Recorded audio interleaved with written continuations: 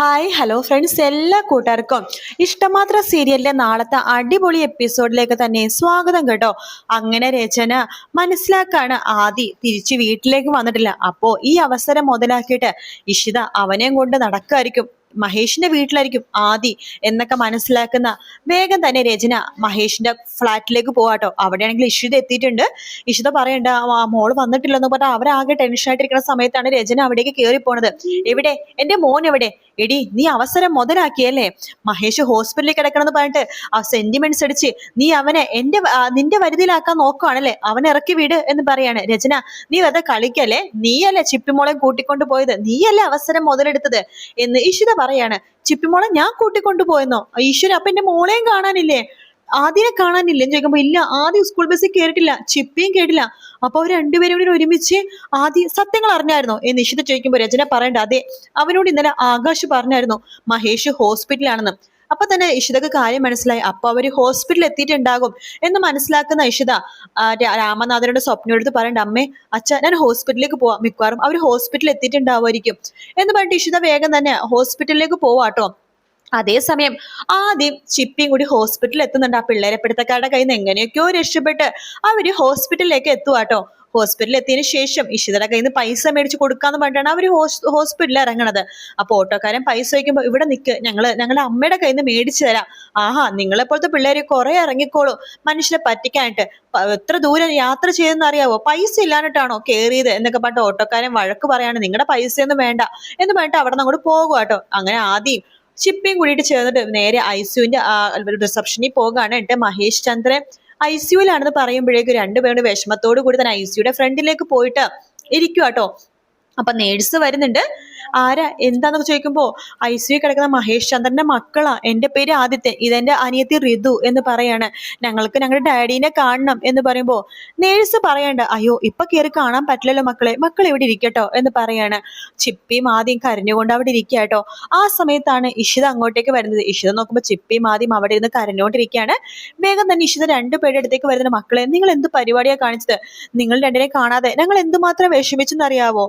ചിപ്പി പറയണ്ട്, ആദ്യേട്ടൻ പറഞ്ഞു ഡാഡിക്ക് ആക്സിഡന്റ് ആയെന്ന്, എന്തിനാ അമ്മേ എന്നോട് കള്ളം പറഞ്ഞത്, ഡാഡി ഡൽഹിയിൽ പോയിന്നൊക്കെ. മോൾക്ക് വിഷമം ഒന്നിച്ചിട്ടാ അമ്മ കള്ളം പറഞ്ഞത്. ഡാഡിക്ക് ഇപ്പൊ എങ്ങനെയുണ്ടെന്ന് ചോദിക്കണം. ആദ്യേട്ടൻ അമ്പലത്തിലേക്ക് പോയിട്ട് ശയന പ്രദക്ഷിണമൊക്കെ ചെയ്തിട്ടാ വന്നേക്കണെന്ന് പറയുമ്പോ ഇഷിതക്ക് അത്ഭുതം തോന്നാണ്. ഇഷിത ചോദിക്കണ്ട്, മോൻ ഇത്ര ചെറുപ്പത്തിൽ മോൻ അങ്ങനെയൊക്കെ ചെയ്തു, അതിന് അമ്പലക്കാര് സമ്മതിച്ചോ? ഞാൻ നിർബന്ധം പറഞ്ഞിട്ട് ചെയ്തതാണ്, ആദ്യേട്ടന്റെ മേലൊക്കെ പൊട്ടി ഇഷിതാമേ എന്ന് പറയാണ്. മോനെ കുറച്ചു നേരം റെസ്റ്റ് എടുക്കുന്ന പറയുമ്പോ വേണ്ട, എനിക്ക് ഡാഡിനെ കണ്ടാ മതി, മോന്റെ പ്രാർത്ഥന കൊണ്ട് ഡാഡി ഓക്കെ ആയത്, ഡാഡിക്ക് ഇപ്പൊ ഒരു കുഴപ്പമില്ല, രാവിലെ വരെ സീരിയസ് ആയിരുന്നു, ദേ ഇപ്പൊ കുറച്ചു മുമ്പാ ഡോക്ടർ വന്ന് സന്തോഷ വാർത്ത പറഞ്ഞത്, മഹേഷ് കണ്ണു തുറന്നു, ഇപ്പൊ ഒരു കുഴപ്പമില്ല, എങ്കിൽ ഡാഡിനെ ഞങ്ങൾക്ക് പോയി കാണാവോ? അതിനെന്താ ഞാൻ പറയാം എന്ന് പറഞ്ഞ് ഡോക്ടറോട് ഇഷിത പറയുന്നുണ്ട്, ഇത് മഹേഷിന്റെ മക്കളാണ്, ഒന്ന് കാണണമായിരുന്നു, ദേ ഇവൻ അമ്പലത്തിലേക്ക് പോയിട്ട് പ്രാർത്ഥിച്ചിട്ട് വന്ന് ശയനപ്രദക്ഷിണം ചെയ്തിട്ട് വന്നിരിക്കുക, ആണോ? മോന്റെ പ്രാർത്ഥന കൊണ്ട് ഡാഡി ശരിയായിട്ടോ, മക്കള് പോയി കണ്ടോ എന്ന് ഡോക്ടറും പറയാണ്. അങ്ങനെ ആദ്യം ചിപ്പിയും കൂടി ഐസിന്റെ ഉള്ളിലേക്ക് കയറുന്നുണ്ട്. മഹേഷിനെ കാണുമ്പോൾ അവർക്ക് വിഷമോട്ടോ, അവര് പൊട്ടിക്കരയാണ്. അപ്പൊ ഇഷിത പറഞ്ഞു, മക്കളെ നിങ്ങളിങ്ങനെ കരയല്ലേ, സന്തോഷത്തോടെ ഇരിക്കണം, നിങ്ങളിങ്ങനെ വിഷമിച്ചിരുന്നാൽ നിങ്ങളുടെ ഡാഡിക്ക് വിഷമോവില്ലേ, അതുകൊണ്ട് വിഷമിക്കല്ലേ മക്കളെ എന്നൊക്കെ പറഞ്ഞ് സമാധാനിപ്പിക്കുമ്പോഴേക്കും ചിപ്പിയും അതുപോലെ തന്നെ ആദ്യം കൂടി ഞാൻ വിഷമിച്ച് ഡാഡി ഡാഡി എന്ന് വിളിക്കുന്നുണ്ട്. മഹേഷ് പതുക്കെ കണ്ണു തുറന്ന് രണ്ടുപേരെ നോക്കുക കേട്ടോ. അങ്ങനെ മഹേഷ് ഓക്കെ ആയിട്ടുണ്ട്. അപ്പൊ ഡോക്ടർ പറയുന്നുണ്ട്, മഹേഷിന് ഇപ്പൊ വലിയ കുഴപ്പമൊന്നുമില്ല, വേണമെങ്കിൽ നാളെയോ മറ്റന്നാളോ ഡിസ്ചാർജ് ചെയ്യാന്ന് പറയാണ്. ഇഷിതക്കും സന്തോഷമാവാട്ടോ. അങ്ങനെ മഹേഷ് ഡിസ്ചാർജ് ചെയ്യണ ദിവസം തന്നെ ഇഷിതയും ചിപ്പിയും ആദിയും രജന എല്ലാവരും ഹോസ്പിറ്റലിൽ കേട്ടോ. അപ്പൊ ഡിസ്ചാർജ് ചെയ്തിട്ട് മഹേഷിനെ നേരെ ഫ്ലാറ്റിലേക്ക് കൊണ്ടുവരുമ്പോ രജനയും ആദ്യം തൊട്ട് പുറകെ തന്നെ വരുന്നുണ്ട്. ശേഷം രാത്രിയായിട്ട് ഇവര് പോകുന്നില്ല കേട്ടോ, ഇവർ അവിടെ തന്നെ ഇരിക്കുകയാണ്. അപ്പൊ ആദ്യം അവിടെ നിൽക്കണേ കുഴപ്പമില്ല, രചനയും പോവാണ്ട് അവിടെ തന്നെ നിൽക്കുകയാണ്, മഹേഷിന്റെ കൂടെ തന്നെ, മഹേഷിന്റെ ബെഡിൽ അവിടെ ഇരിക്കുക കേട്ടോ രചന. അപ്പോ സ്വപ്നവല്ലി പറയണ്ടേ, രചന നിനക്ക് വീട്ടിൽ പോകണ്ടേ, സമയം ഇത്രേ, അതിനെന്റെ മോൻ ഇവിടെ നിൽക്കണ്ടല്ലോ, അവനിവിടെ നിന്നോട്ടെ, നീ വേണമെങ്കിൽ വീട്ടിൽ പോയിക്കോ, എനിക്ക് അങ്ങനെ പോവാൻ പറ്റില്ല, മഹേഷിന്റെ ആദ്യ ഭർത്താവാണല്ലോ, ആദ്യ ഭർത്താവൻ, എന്റെ ഭർത്താവിന്റെ സ്ഥാനത്ത് മഹേഷ് തന്നെയാ എപ്പോഴും, അതിങ്ങനെ പറഞ്ഞാൽ ശരിയാവും, നീ പോവാൻ നോക്ക്, ഞാൻ പോവാണെങ്കിൽ ആദിനെയും കൊണ്ടുപോകും, ആദിക്കത് വിഷമവും മഹേഷിനും വിഷമവും, ഞാൻ ഇന്നൊരു ദിവസം ഇവിടെ നിൽക്കാന്ന് വെച്ചിട്ട് ഈ ഭൂമി കുലുങ്ങി വീഴൊന്നും ഇല്ലല്ലോ എന്ന് രചന സ്വപ്നവലിയുടെ അടുത്ത് പറയാണ്. സ്വപ്നവലിക്ക് ദേഷ്യം വരുവാട്ടോ. ആ സമയത്ത് ഇതെല്ലാം തന്നെ ഇഷിത അടുക്കളയിൽ നിന്ന് കേൾക്കുന്നുണ്ട്. ഇഷിതക്കും ആകെ ബുദ്ധിമുട്ട് തോന്നാണ്. ഇഷിത ഒരു ഗ്ലാസ് പാല് മഹേഷിനെ കൊടുക്കാൻ വേണ്ടി എടുക്കാണ്. ആ സമയത്ത് രചന അടുക്കളയിലേക്ക് വന്നിട്ട് ഇഷിതയുടെ അടുത്ത് ചോദിക്കുന്നുണ്ട്, ഇത് ആർക്ക് വേട്ടാ, മഹേഷിന് വേട്ടാണോ? അതെ എന്ന് ഇഷിത പറയാണ്. എങ്കിൽ ഞാൻ കൊണ്ടേ കൊടുത്തോളാം എന്ന് പറഞ്ഞിട്ട് ഇഷിതയുടെ കയ്യിൽ നിന്ന് പാല് മേടിച്ചിട്ട് രചനയാണ് ആ പാല് കൊണ്ടുപോയിട്ട് മഹേഷിനെ കൊടുക്കണം കേട്ടോ. അത് കാണുമ്പോ ചിപ്പിക്കാണെങ്കിൽ ദേഷ്യം വരണം, പക്ഷെ ആദ്യക്ക് സന്തോഷമാവുന്നുണ്ട്. കാരണം തന്റെ ഡാഡിയും മമ്മിയും ഒന്നിക്കുന്ന അവസരങ്ങളൊന്നും മിസ് ചെയ്യരുത് എന്നാണ് ആദ്യയുടെ ഉള്ളിൽ കേട്ടോ. അങ്ങനെ പാല് കൊടുക്കുമ്പോഴേക്കും മഹേഷ് കുടിക്കുന്നില്ല, അവിടെ വെച്ചേക്ക് എന്ന് പറയണം. അപ്പൊ ആദ്യം പറയുന്നുണ്ട്, ഡാഡിക്ക് മമ്മിയുടെ ദേഷ്യമാണോ, അതാണോ മമ്മി ഒരു ഗ്ലാസ് പാലായിട്ട് വന്നപ്പോ ഡാഡി വേണ്ടെന്ന് പറയണത്? എന്റെ മമ്മി പാവല്ലേ, ഡാഡി ഹോസ്പിറ്റലിൽ കിടന്നപ്പോ എന്റെ മമ്മി എന്തുമാത്രം വിഷമിച്ചെന്നറിയാവോ, ഡാഡിക്ക് വേണ്ടി പ്രാർത്ഥിക്കുക വരെ ചെയ്തു. അപ്പോ മഹേഷ് സൂക്ഷിച്ചു നോക്കാട്ടെ രചനേനെ.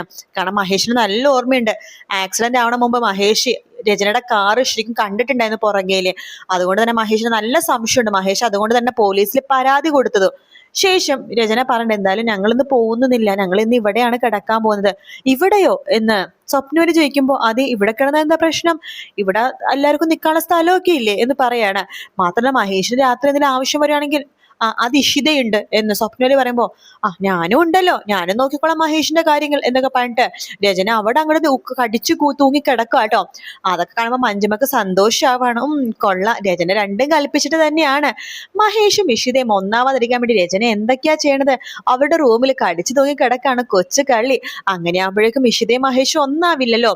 ചിപ്പി പറയുന്നുണ്ട്, മമ്മി എന്തൊക്കെയാ കാണിക്കണത്, മമ്മി ആകാശ് അങ്കിളുടെ വീട്ടിൽ പോയിക്കോ, ആദ്യം ഇവിടെ നിൽക്കട്ടെ, രാവിലെ വന്നാ മതി മമ്മി എന്ന് പറയുമ്പോഴേക്കും, അതെന്താ ഞാനിവിടെ നിന്നാ കുഴപ്പം എന്ന് ചോദിച്ചിട്ട് രചന അവിടെ തന്നെ നിൽക്കുവാട്ടോ, മാറുന്നില്ല. അപ്പൊ അതൊക്കെ കാണുമ്പോഴേക്കും ഇഷിതക്ക് ആകെ വിഷമമാണ്. ഇഷിത പറയണ്ട, ശരി ഞാനെന്ന് അപ്പുറത്തേക്ക് പോയിക്കോളാന്ന് പറയുമ്പോ സ്വപ്ന വലിയ രാമനാഥന് പറഞ്ഞിട്ട്, വേണ്ട, ഇഷിതയും മഹേഷും ഇവിടെ തന്നെ കിടന്നാ മതി, ചിപ്പിയുടെ റൂമിൽ സ്ഥലമുണ്ടല്ലോ, ആദ്യം അതുപോലെ തന്നെ രചനയും അവിടെ പോയി കിടക്കട്ടെ എന്ന് പറഞ്ഞിട്ട് അവർ ആ റൂമിലാക്കാൻ വേണ്ടി നോക്കുമ്പോഴേക്കും അതൊട്ടും തന്നെ ആദിക്ക് ഇഷ്ടപ്പെടുന്നില്ല കേട്ടോ. എന്തായാലും രചന രണ്ടും കൽപ്പിച്ച് മഹേഷിന്റെ ഫ്ലാറ്റില് മഹേഷിന്റെ റൂമിൽ കഴിയാനാണ് രചനയുടെ ഉദ്ദേശം.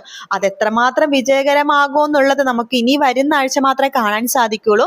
എന്തായാലും നാളത്തെ എപ്പിസോഡിൽ മഹേഷിനെ ഡിസ്ചാർജ് ആക്കാൻ പോകുന്ന ഭാഗം വരെ കാണിക്കുള്ളൂ. അതായത് ചിപ്പിയും ആദ്യം ഹോസ്പിറ്റലിൽ എത്തുന്നതും ICUയിൽ കയറി മഹേഷിനെ കാണുന്നതും പിന്നെ ഡിസ്ചാർജിന്റെ കാര്യങ്ങളൊക്കെ പറയുന്ന ഭാഗങ്ങൾ മാത്രമേ നാളത്തെ എപ്പിസോഡിൽ കാണുള്ളൂ കേട്ടോ.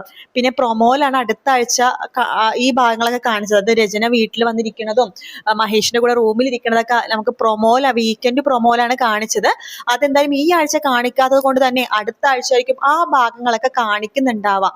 എന്തായാലും ഇനി വരാൻ പോകുന്ന ഭാഗങ്ങളൊക്കെ നല്ല അടിപൊളി രസമുള്ള ഭാഗങ്ങളാണ്. കാരണം ഇഷിതയും അതുപോലെ തന്നെ രചനയും ഒരേ സമയം മഹേഷിന്റെ സ്നേഹം പിടിച്ചു പറ്റാൻ വേണ്ടി നോക്കുന്ന ഭാഗങ്ങളാണ്.